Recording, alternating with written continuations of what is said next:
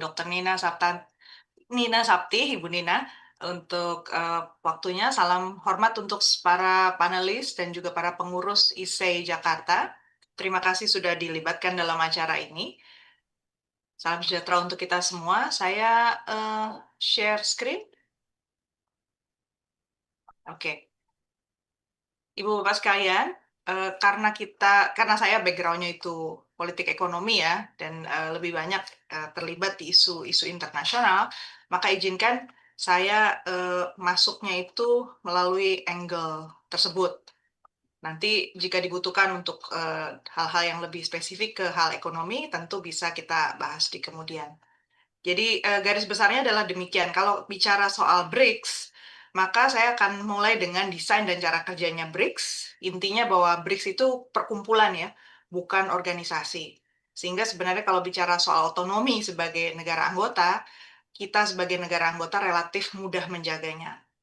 Kekuatan BRICS adalah di narasi dan simbol bahwa sebagai satu perkumpulan kita ingin otonom dari hegemoni pengaruh Barat yang notabene saat ini masih dipegang oleh Amerika Serikat dan sekutu-sekutunya. Dan BRICS itu juga punya memberi ruang lah untuk ada saling mendukung, saling memberikan konsesi, baik itu perdagangan sifatnya, ekonomi, investasi, maupun juga transfer of technology seperti tadi dikatakan dalam pembukaan. Namun tantangannya, BRICS itu dianggap perkumpulan musuh-musuh politik dari kubu Barat tersebut karena kita berusaha melepaskan diri dari hegemoni pengaruh Amerika dan sekutu-sekutunya. Jadi kita dengan berusaha survive, mencoba mencari jalan alternatif dari model pemberian sanksi ekonomi pada negara-negara yang menjadi tandingan ekonomi global, itu menjadi kata kunci ya dari BRICS. Jadi poinnya tentu dalam hal kita berusaha lebih otonom, di mana ruangnya supaya Indonesia tidak dianggap bersekutu dengan musuh politik dari Barat. Saya akan tunjukkan beberapa ranjau untuk kegiatan Indonesia bersama BRICS dan simpulan saya untuk otonomi dan rekomendasinya. Ibu Bapak kalau bicara soal BRICS, organisasi ini termasuk besar ya dari segi cakupan di tingkat dunia. Kalau anggota BRICS saat ini itu ada 10, ada Brazil, Rusia, India, Cina. Ini negara-negara besar yang posisi politiknya itu besar karena coverage population-nya besar, juga sumber daya alamnya juga besar. Dan kalau kita bicara soal satu perkumpulan negara-negara dunia, sebenarnya yang paling dilihat sekarang adalah seberapa mungkin perkumpulan itu menjadi penanding pengaruh dari kelompok yang sudah ada, misalnya G20 atau G7. Jadi kalau dilihat dari negara-negara anggota BRICS, maka produk apa sih yang sebenarnya mereka kuasai? Itu menjadi penting untuk kita lihat. Demikian pula partner countries-nya ya. Partner countries ini menunggu posisi untuk approval masuk menjadi negara anggota. Dan di sini negara anggota partner ini juga ada 8 negara ya, ada Belarus, Bolivia, Kuba, Kazakhstan, Thailand, Uganda, Uzbekistan. Secara umum memang ada yang memandang negatif, ada yang melihat sebelah mata gitu ya, BRICS ini sebagai satu perkumpulan. Tapi kalau kita mau lebih objektif melihat produk yang menjadi andalan negara-negara ini, misalnya kita lihat utamanya adalah minyak, gas, biji-bijian, daging, juga mineral. Cina dan India misalnya itu memproduksi separuh dari total komoditas beras dunia. Kemudian kalau bicara soal minyak dan gas, tentu saja kita bisa katakan produksi dari minyak dan gas itu dikuasai oleh negara-negara anggota BRICS. Kemudian kalau kita bicara soal produksi gandum dunia, maka Cina, India, Rusia itu memproduksi lebih dari 40% gandum dunia. Kalau kita bicara CPO, maka Indonesia, Malaysia, Thailand memproduksi lebih dari 90% minyak CPO. Brasil sama Cina itu juga memproduksi lebih dari 20% daging sapi sedunia. Jadi produk-produk yang memang dicari di tingkat global berarti diproduksi oleh negara-negara BRICS. Bandingkan dengan coverage pengaruh negara-negara G7 yang belakangan ini menurun. Dulunya mereka memang menguasai lebih dari 50% ekonomi dunia. Tapi sekarang mereka hanya menguasai 29% karena ekonominya mengkerut ya. Dan kita juga perlu perhatikan ambisi dari negara-negara BRICS ini. Mereka masih ingin mengajak negara-negara yang memang pertumbuhan dan penguasaan kemampuan untuk produksinya tinggi, seperti misalnya Vietnam dan Turki, juga Algeria dan Nigeria. Jadi kita bisa lihat desain BRICS ini berarti adalah untuk membangun satu kemandirian ekonomi di tingkat global, sambil juga membangun tatanan ekonomi global yang alternatif dari posisi yang sekarang masih didominasi oleh Amerika dan sekutu-kutunya. Jadi niatnya itu supaya jangan sampailah hanya ada satu model tatanan ekonomi dunia dan yang tidak dianggap satu nafas gitu ya dengan hegemon itu kemudian bisa dengan mudah dikucilkan. Itu fungsi dari BRICS yang perlu kita sadari bersama. Nah, cara kerja BRICS seperti apa? Sebagai satu perkumpulan, intinya mereka itu perkumpulan informal. Jadi dengan sistem rotating presidency, presiden nanti akan bisa menetapkan agenda dan menjadi tuan rumah. Tidak ada funding untuk kegiatan bersama, tidak ada sekretariat. Artinya memang sangat penting siapapun yang menjabat giliran menjadi presiden, mereka bisa mengajukan agenda yang bisa diterima bersama dan diajukan bersama-sama. Modalitasnya apa? Mereka punya contingent reserve arrangements dan juga new development bank.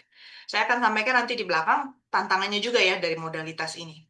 Rangkaian kegiatan yang rutin dilakukan oleh BRICS ada KTT tahunan bagi kepala negara dan pemerintahan, dan biasanya untuk menunjukkan bahwa ada kesepakatan bersama, maka ada deklarasi di akhir dari pertemuan. Tapi draft tentu saja agendanya, fokusnya, tematiknya itu menjadi opsi atau pilihan yang boleh diambil dan diharapkan diambil dipimpin oleh siapa yang menjadi presiden. Kemudian di tataran teknis ada pertemuan antar menteri dan juga ada working groups seperti untuk bidang finance, trade, and health. Ada cukup banyak sebenarnya working groups di BRICS, tidak hanya 3 ini. Kemudian BRICS misalnya di 2025 ini yang diketuai oleh Brasil mengambil agenda untuk lebih inklusif dan sustainable. Nah, kalau judul kita tahu dalam dunia diplomasi mereka perlu mengambil judul yang sifatnya lebih overarching ya, lebih bisa mencakup banyak topik di dalamnya terselip lah ya agenda-agenda geopolitik sebenarnya untuk melakukan reformasi tata kelola politik ekonomi global. Sejauh ini kalau saya pantau posisinya itu masih penjajakan dan sudah mulai menghadapi berbagai macam halangan. Nah, tantangan BRICS, kalau saya lihat boleh misalnya kita klasifikasi, itu ada 2 jenis, tantangan struktural dan tantangan praktis. Kalau di tantangan struktural, kita lihat bahwa pada dasarnya BRICS berangkat dari distribusi power yang tidak seimbang di tingkat global. Jadi kalau bicara soal narasi, problem dari BRICS itu adalah membangun narasi alternatif itu bukan satu hal yang mudah. Karena tentu saja pihak yang mau ditarik pengaruhnya keluar ini tidak ingin kehilangan pamor apalagi mukanya ya. Dan kita lihat negara-negara besar seperti Amerika dan Uni Eropa misalnya, itu melahirkan begitu banyak skema-skema yang sebenarnya sangat eksklusif. Ketika kita ditampar oleh tarif dari Amerika Serikat, kita baru melihat ya, bahwa di Eropa itu sebenarnya sudah bertahun-tahun mereka punya rezim tarif yang sangat eksklusif buat negara anggotanya. Tapi kita nggak pernah bisa itu menembus ke arah sana. Dan dalam situasi yang seperti sekarang pun, Eropa pendekatannya bukannya menurunkan tembok-temboknya ya, tapi tetap masih tegak itu tembok-tembok mereka. Kemudian di sisi aturan main dan hukum internasional, kita bisa lihat dominasi ini dimainkan betul untuk menghalangi penegakan dari kesepakatan internasional yang sebenarnya sudah dibangun selama berpuluh-puluh tahun antar negara. Kita baru lihat misalnya yang runtuh barusan itu adalah NPT ya, Non-Proliferation Treaty, anti perlombaan senjata, gara-gara Amerika Serikat terlibat dalam perang Iran-Israel. Itu artinya dalam semalam ya, karena distribusi power yang tidak seimbang, teknologi persenjataan yang memang notabene masih pincang ya di penguasaannya itu dengan mudah dihapus. Kemudian sistem multipolar pada dasarnya menghendaki satu atau akan menghadapi proses destabilisasi dulu kalau mereka mau membentuk satu equilibrium baru. Nah, fokus kita di mana di situ? Misalnya arsitektur keuangan. Arsitektur keuangan yang ada sekarang, kalau kita lakoni terus nih, kita kerjasama hanya dengan IMF, hanya dengan eh, World Bank misalnya, ADB, tantangannya adalah hutang, hutang, hutang. Dan ini rupanya sudah muncul banyak kritik bahwa model seperti ini, kesenjangan antara debitur dengan kreditur, itu bukanlah sesuatu yang natural, tetapi sesuatu yang struktural. Jadi di tataran praktis kita perlu bertanya bagaimana caranya kita membangun sistem pembangunan keuangan yang baru berbasis mata uang lokal atau New Financial Payment System. Rusia kemarin di Saint Petersburg sudah melakukan pertemuan dengan Dilma Rousseff sebagai ketua dari NDB ya, bank alternatif yang harapannya bisa multilateral menjadi penyedia capital, penyedia investasi, juga membantukan ya hubungan ekonomi antar negara emerging economies. Cuman problemnya ternyata model multilateral lender seperti apa? Karena tantangannya adalah pemburukan suasana politik itu bisa mengubah ekonomi secara cepat ya. Contohnya perang yang terjadi saat ini. Kita lihat juga negara-negara yang tadi masih menolak menjadi anggota BRICS seperti Vietnam dan Turki itu menghadapi masalah domestik ekonomi yang cukup serius. Sehingga kalau kita bicara tantangan BRICS di dalam negeri ya, di level dalam negeri itu tantangannya lumayan macam-macam dan semuanya dihantamnya di sisi ekonomi domestik. Di tataran multilateral memang terjadi dialog, tapi tantangannya juga dialog itu juga harus mengerucut kemana gitu. Karena kalau bicara soal urgency, semuanya kok kayaknya urgent gitu. Ada capital control urgent, climate crisis itu juga urgent. Sementara di sisi yang lain, hal-hal yang harusnya masih bisa kita upayakan untuk ditekan seperti tarif, non-tarif barrier antar anggota pun itu belum turun. Jadi kalau kita bicara geopolitik, sebenarnya antar negara anggota BRICS pun itu masih mengalami satu tantangan yang cukup serius. Ranjaunya apa dalam hubungan antar negara BRICS? Ranjaunya adalah konfrontasi Amerika Serikat dengan kita itu pada dasarnya selalu di-framing untuk berhadapan dengan isu Amerika Cina, Amerika Rusia, Amerika Iran sekarang. Dan karena cakupan ruang kerjasama BRICS ini sangat luas, dan negara-negara anggota ini masih ada saja yang tergoda untuk melakukan simbolisme keanggotaannya itu untuk urusan politik, dan politiknya itu image di dalam negeri juga, plus ada masalah-masalah harian tadi karena di level domestik mereka juga dihantam secara ekonomi, akhirnya jalannya itu nggak satu ritme gitu, nggak satu langkah, nggak satu langgam. Jadi ada saja pihak-pihak yang anti stabilitas keuangan di negara berkembang itu.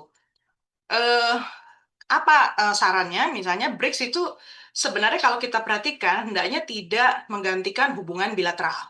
Misalnya kalau kita ada masalah dengan Amerika Serikat, maka bilateral kita sama Amerika Serikat harus tetap jalan.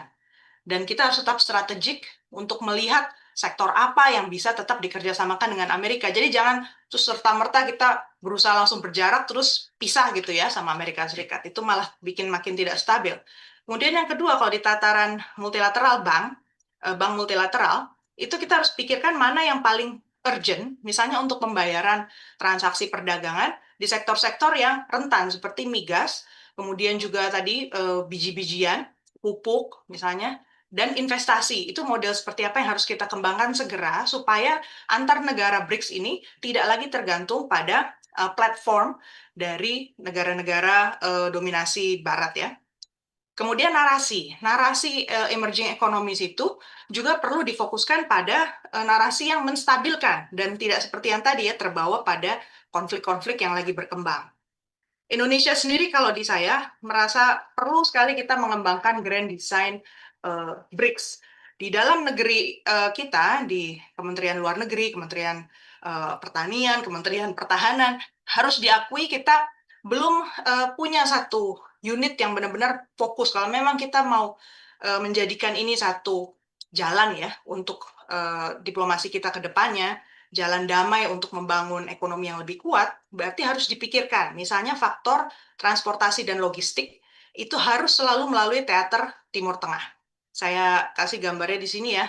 Ini gambar teater dunia. Teater Timur Tengah itu ada di tengah-tengah.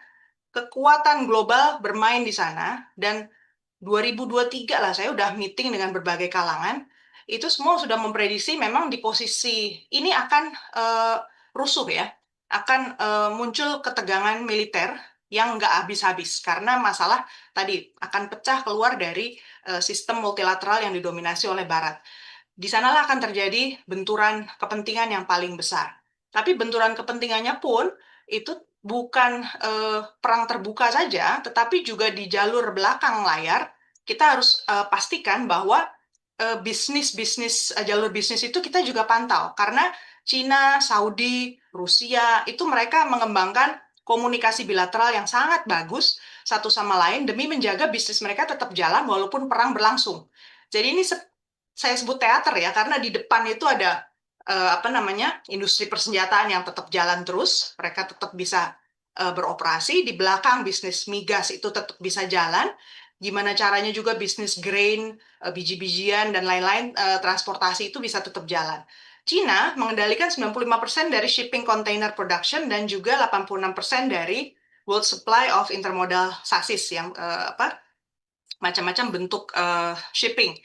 Dan artinya dunia itu sebenarnya tergantung sama Cina juga, sehingga Cina pasti hati-hati betul. Walaupun Amerika menjatuhkan bomnya di Timur Tengah, itu Timur Tengah pasti nggak apa si Cina nggak akan mudah untuk mudah terpancing. Saya juga punya sejumlah catatan, misalnya soal hal-hal yang harus diantisipasi ya, misalnya harga minyak dan gas harus dipantau, kemudian pola-pola Barat untuk melakukan framing, mengucilkan, bahkan menggempur negara-negara yang dianggap sebagai anti, pola untuk memecah belah kerjasama kawasan, dan kesulitan juga di antara negara-negara Timur Tengah dan negara Muslim, mayoritas Muslim untuk membangun solidaritas berbasis agama ataupun berbasis sejarah. Romantisme sejarah itu ternyata nggak berfungsi ya, kita lihat dalam konflik terakhir. Jadi kalau kembali ke poin soal otonomi di BRICS, kita harus apa? 3 hal. Kita fokus pada penguatan produksi sektor yang kompetitif dan penggerak ekonomi lokal di Indonesia. Jadi jangan cuma mencari utang dan investasi, tapi betul-betul harus digerakkan supaya itu meluas. Jadi tidak jatuh hanya di kantong sedikit orang. Kemudian yang kedua, diplomasi sebagai penggerak dukungan bilateral, regional, multilateral itu harus bergerak semua. Makanya harus ada grand design karena pelakunya itu bukan terpusat hanya di Kementerian Luar Negeri atau Kementerian Pertahanan atau hanya di Presiden gitu. Jadi supaya implementasi itu bisa ditopang bareng-bareng dan narasinya utuh. Karena di luar negeri tadi, seperti saya bilang, para pengusahanya itu bergerak. Bukan lagi negara dihantam, negara dihancurkan, tetapi bisnis harus tetap jalan. Kemudian yang ketiga, BRICS itu rentan dipolitisasi oleh Amerika dan negara-negara yang dimusuhi Amerika. Jadi kita patut juga mengembangkan peredam sosial ekonomi dan juga fokus pada pengembangan sistem platform untuk payment dan investasi yang alternatif di luar dari skema dominasi Barat itu. Demikian sedikit pemikiran dari saya. Terima kasih. Mudah-mudahan bermanfaat. Saya kembalikan kepada Ibu Nina.